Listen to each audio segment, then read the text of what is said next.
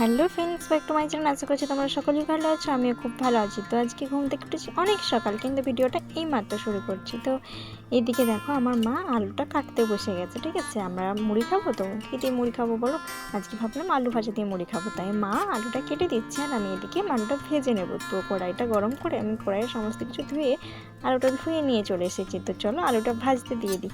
জানো তো বন্ধুরা, সকাল থেকে খুব প্রচুর পরিমাণে বৃষ্টি হচ্ছে। এরকম বৃষ্টি নাকি এখন 5-7 দিন হবে।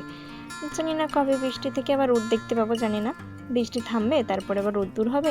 বৃষ্টিতে একটা জিনিস সমস্যা হয়, বাচ্চাদের না জামা কাপড় একটু যদি না পাই। বেশ, কাদের ওইদিকে এরকম বৃষ্টি হচ্ছে আমাকে কমেন্ট করে জানিও কিন্তু। তো প্রচুর পরিমাণে তো বৃষ্টি হচ্ছে না, সারাদিনে শুধু বৃষ্টি হয়ে যাচ্ছে, জামা প্যান্ট একদম শুকোচ্ছে না, একটু প্রবলেম অসুবিধে হচ্ছে জামা প্যান্ট শুকোতে, তাই না? তো চলো ওটা বসিয়ে দিয়েছি।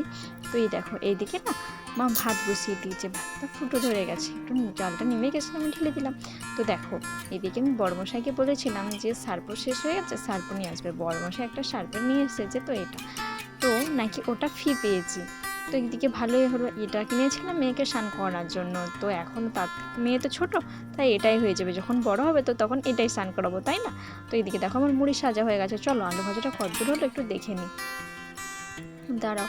তো একদিকে ভালো হলো, ওটা বড়, ওটা স্নান করাতে খুব সুবিধা হবে। মা বললো যে ওটা এখন রেখে দাও, এই ছোটোটাতেই করাও, তাই করাবো। তো চলো আলু হয়ে গেছে, মুড়িটা খেয়ে নিই।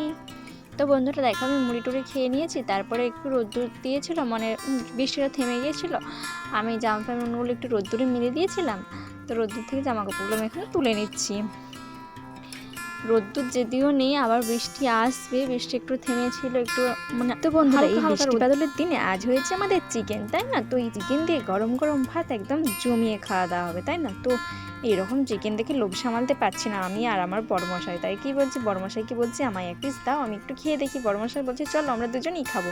তো বন্ধুরা ভিডিওটা কেমন লাগলো? ভালো লাগলে লাইক কমেন্ট শেয়ার করে দিও। দেখা হচ্ছে পরের ভিডিওয়।